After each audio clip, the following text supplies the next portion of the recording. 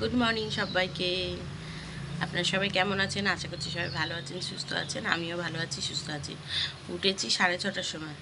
উঠে ওই এদিক ওদিক একটু ঘোরা হলো, জানলার কাছে আসলাম, এই যে। তারপরে গিয়ে একটুখানি মোবাইল দেখতে দেখতে 8টা এরম বেজে গেল। একটু না, ভালোই দেখেছি, উচিত না এটা। তো মোবাইল দেখে এই এখন উঠলাম, বাসি কাজটা সারবো। মুখ দাঁত মাজা হয়ে গেছে, মুখ ধোয়া হয়ে গেছে। তো এবার দেখি কি করি না করি, সেগুলো আপনাদের সাথে সারাদিনের শেয়ার করব। আর এই যে ঠিক জায়গায় ভোটটা দেওয়া হয়েছে। তো এখন ছোটো মেয়েকে পড়তে বসাবো, 8:30 বাজে। বড় মেয়ে অফিসে যাবে, ওরও রান্নাবান্না করে দিতে হবে। চলুন সাথে থাকুন আর দেখতে থাকুন সারাদিন ভিডিওর মধ্যে থাকুন। সারাদিন কি করি না করি আপনাদের সাথে।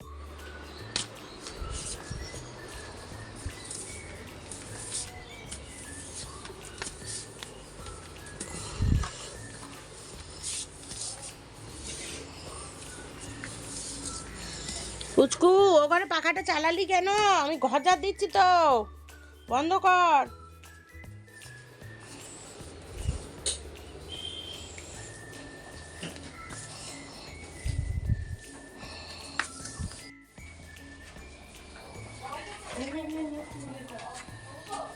ও আমাদের তো দুটো মোবাইল আছে, তো মোবাইলটা দিয়ে শর্ট করবো আর ভিডিওগুলো তুলে রেখে আমার কাছে ট্রান্সফার করে দেবো।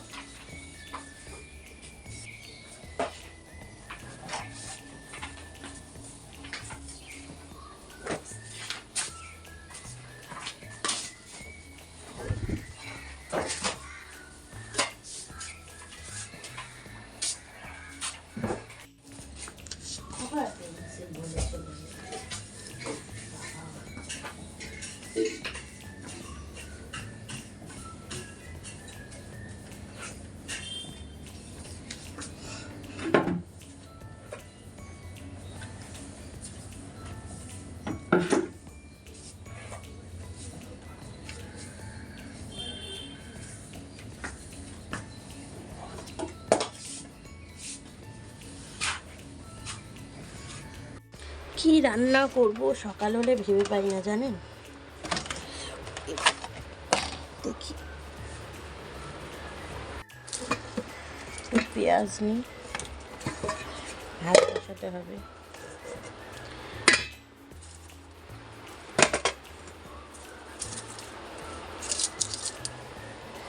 পেঁয়াজ নিলাম, আদা রসুন বাটা আছে, নিতে হবে না।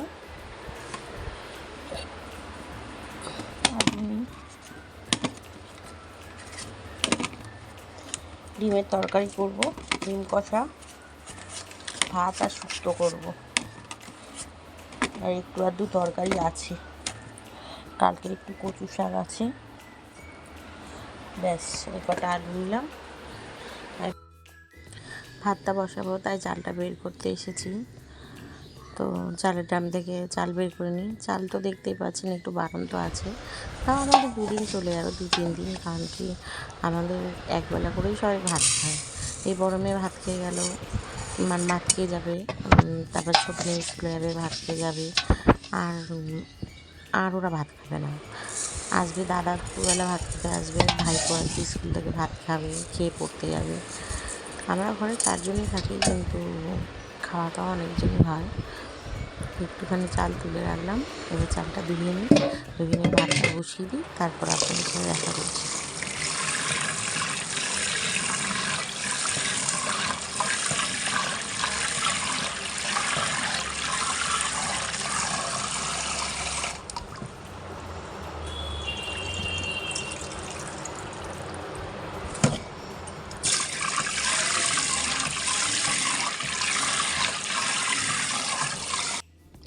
আলু কেটে ধুয়ে প্রেসারে দিয়ে দিয়েছি। এবারে ডিমগুলো দেব।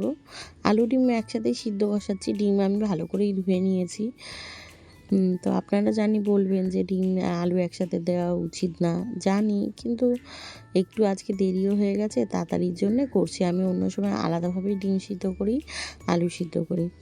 তো এখানে ওই 7টা-8টা মতন হয়তো ডিমটা সিদ্ধ দিলাম, আর আলু। তো এখানে আলুটা সিদ্ধ দিয়ে নিই।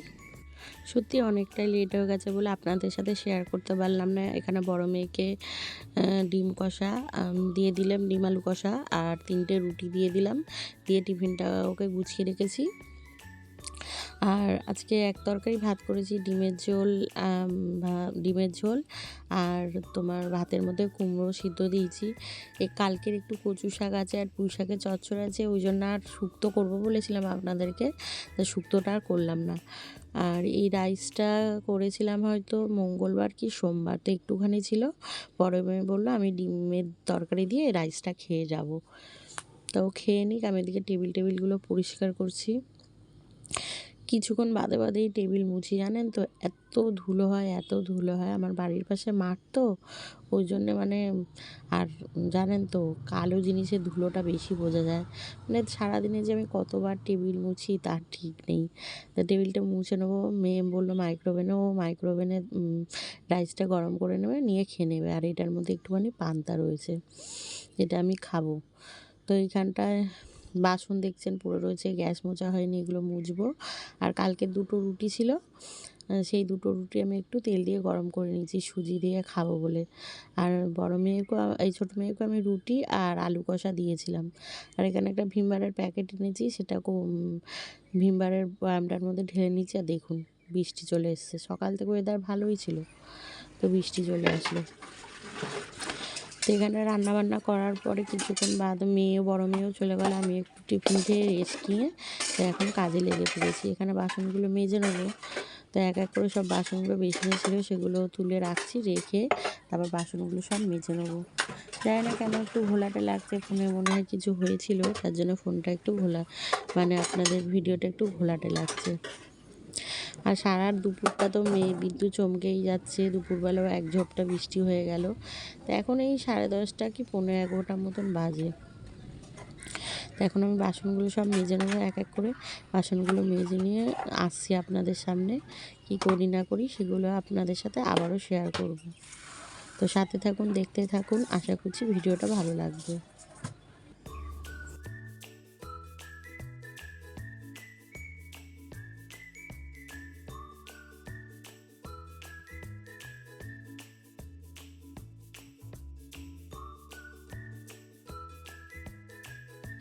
বাসন মাজতে মাজতে দেখি কর্তাবাবু চলে এসছে, তারপর দরজাটা গিয়ে হাত ধুয়ে খুললাম, খুলে যে কটা বাসন ছিল আমার সব মাজা দেওয়া হয়ে গেছে। তাই জলের বোতল সব খালি হয়ে গেছিলো, তা ভাবলাম জলের বোতলগুলো সব মেজে আবার নতুন করে জল ভরা হোক। তো সব যে বোতলগুলো মেজে নিলাম, এদিকে গ্যাস মোছা হয়ে গেছে, বাসন ধুয়ে ঝুড়িতেও গুঁড়ো করে দিয়েছি, বোতলগুলো ধুয়ে গামলিতে রেখেছি। আর ওইদিকে কর্তাবু খালি আছে, কিছু মনে করবেন না, সুগারে না দিনকে দিনও শুকিয়ে যাচ্ছে। আর এইদিকে পাখা দিয়ে তাকিয়ে যে আমি কী ভাবছি, কত কিছু ভাবি। আমার এই 1 মাসের মধ্যে আমার সাথে অনেক বড় ঘটনা ঘটে গেল, সেটা আপনাদের সাথে শেয়ার করব। আমরা মেয়েরা যদি কাজ করি না, তাহলেই সংসারে ভালো। আপনার হাতে যদি 2টো পয়সা থাকে, আপনি 2টো পয়সা ইনকাম করতে পারেন, তাহলে খুব ভালো। মহিলাদের ইনকাম করা খুবই দরকার, সেটা আপনাদের সাথে পরে শেয়ার করব। তো এইদিকে আমার কোমরে ব্যথার জন্য আমি তো ঘর মুছতে পারছি না। মানে গত মাসের 17 তারিখ থেকে আমার কোমরে বীভৎস ব্যথা যন্ত্রণা শুরু হয়েছিল। ডাক্তার দেখিয়ে টেকিয়ে প্রচুর ওষুধ, অনেক টাকার ওষুধ দিয়েছিল। তাই কর্তাবাবু এসে কিছুক্ষণ রেস্ট নিয়ে এখন ঘরটা মুছছে, আর আমি একটু এখানটায় শুয়ে রয়েছি।